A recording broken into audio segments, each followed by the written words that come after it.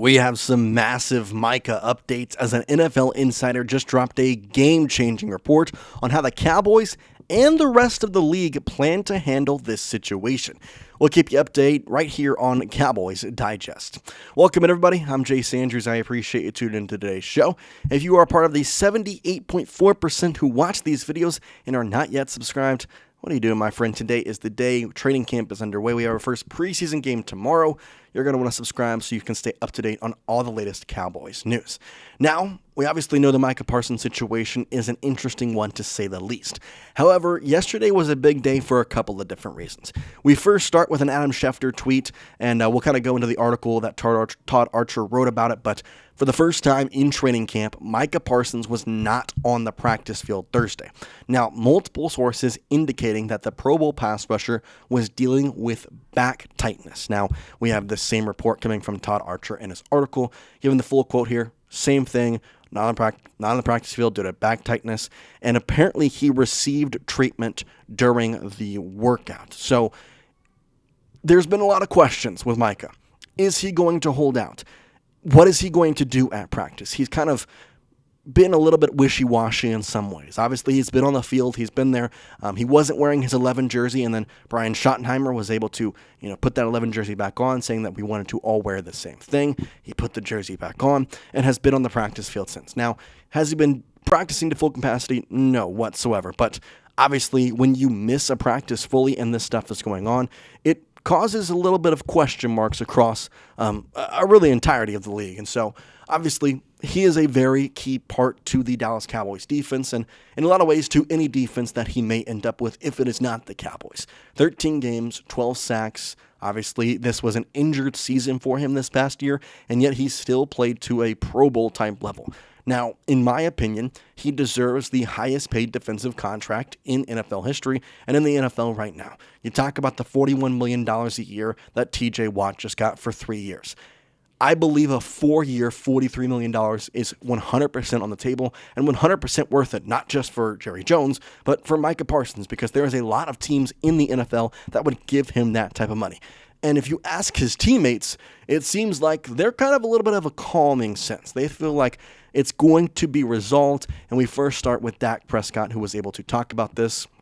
John Machada kind of had this tweet yesterday. Dak Prescott, when asked about Micah Parsons' trade request and if he thought about the possibility of Parsons not being his teammate, here is what Dak Prescott said, quote, "No, not necessarily. I think if I wouldn't have been in his shoes and watched the other guys in his shoes get rewarded, maybe, but I've got faith in the Joneses and the team that I do in Micah and his team. Number 11 is a Cowboy." So, talking about the way the teammates see this, you have to remember in some aspects with Dak Prescott and CeeDee Lamb and the way they talk about it, they were in this situation to an extent last year. Now, there wasn't as much frustration on, let's say, the player side, because I have not sensed too many frustration comments from Jerry Jones. I think there's been some talks of injuries and all that and stuff that just didn't need to be mentioned, but none of it was a frustration with Micah. It was more of a frustration with the media asking questions. Whereas, if you look at the Dak Prescott side of things, there was never frustration on any side. Dak was not frustrated that much with the Dallas Cowboys. There was talk, obviously, about the extensions, wanting to make him the highest paid player. CeeDee Lamb, same kind of conversations. But it never really got to this type of level. Now, meanwhile, Micah Parsons, obviously submitting a trade request, has escalated this to an extreme level for really just the emphasis on the entire league putting it on watch. I think up until then, the question marks around the league were, okay, when is the contract going to get done? When is this going to be a thing? Now it's what is going to happen? Now, there's some media personalities, and I'm going to say that Cam Newton is part of that.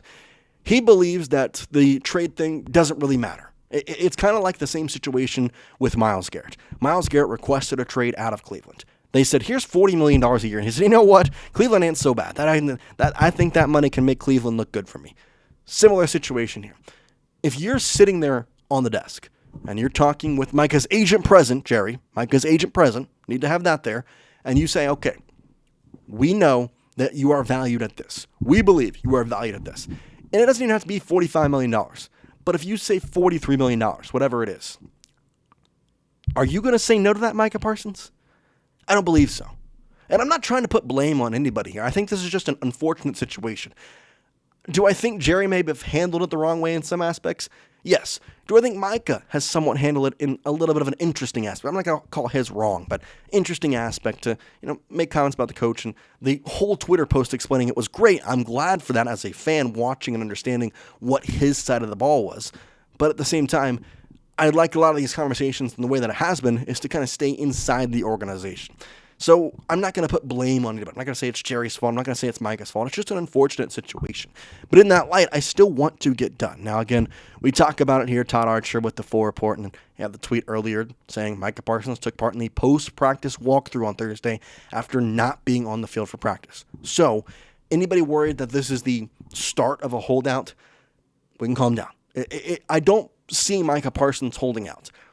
Does he want the contract? Yes. Is he not going to play without it? I highly, highly doubt that. Is it a possibility? For sure. Not saying that that's not going to happen. I just think the percentages are very low in it, especially when you talk about going through a walkthrough after not participating in practice. You have your first preseason game on Saturday against the Rams. That walkthrough is important, and he went through it. He did it. In that aspect, I'm thinking, okay, this is not that big a deal. But of course, we talk about Dak Prescott. He had to wait last year for his contract. Who was the other guy to wait for his contract? CeeDee Lamb. Well, whenever this news broke back about a week ago now, CeeDee Lamb even put out this tweet. Never fails, dog. Just pay the man what you owe him. No need for the extracurricular. Now, CeeDee obviously, I believe there was more frustration than what was shown last season with him not getting the money he was owed and what he should have been paid. And he ended up getting it. I'm not saying that he should have gotten it and didn't get it. He got it. But similar thing here with Micah Parsons. Micah is one of, if not the best defenders in the NFL. And again, not putting blame on anybody, Jerry needs to pay him. The cap space is what it is. The ability to extend players like Micah Parsons is something the Cowboys have been able to do for the past couple of years. Get their homegrown talent and keep them. Dak Prescott, CeeDee Lamb, now Micah's turn. Micah has his comments on the Cowboys. We know that maybe the organization as a whole is something that Micah doesn't exactly fully believe. And we've seen his podcast. We've seen comments made. This is a time for Jerry Jones to make right. Go out there and do what needs to be done to make sure Micah Parsons is in a Cowboys uniform for the foreseeable future. Because if you think about this defense without Micah Parsons, it's a little bit of a scary thought. I'm not even going to front with that. It's not exactly something you want to see. And so I ask the audience of Cowboys Digest here, will Micah Parsons stay a Cowboy for the foreseeable future? Y for yes, in for no in the comment section. Personally, if you ask me, I do not see Micah Parsons leaving. But I end with this.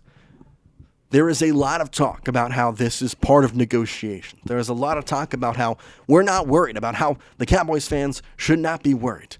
And while to an extent I do think a contract will be done, the worry is maybe not as prompted as it should be, there should be worry. There should be worry with the way that Jerry Jones has run this team. There should be worry with the way that other NFL teams are seeing this. Because if you believe that the Cowboys are a good team, if you believe the Cowboys are an organization that people want to play with, how are you going to see a star player like Micah Parsons, who deserves money, who every team in the NFL would play for that, who would do stuff to play and have that guy on their team, and you won't pay for him? That is going to be something that is known across the league. That is going to be something that we have seen across the league.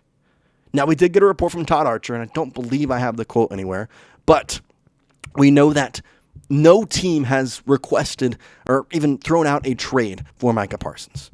They have just been, it's been kind of silent. Nobody has come to the Cowboys and say, hey, here's a package for Micah Parsons. That has not happened. But if you don't believe that your star player, for the third consecutive star player who is having to wait for his money, even if he does get it, is not something the league is recognizing, other players are recognizing and knowing, man, it must be really hard to deal with Jerry Jones and your contracts, knowing he's the GM and the owner, then you'd be off. Because it is extremely hard for other free agents to look at this and not be like, oh, I don't know if I want to deal with that. I don't know if I can deal with, if I go out there as a free agent, play good, and want the extension, want some more money, if it's going to be easy to get that.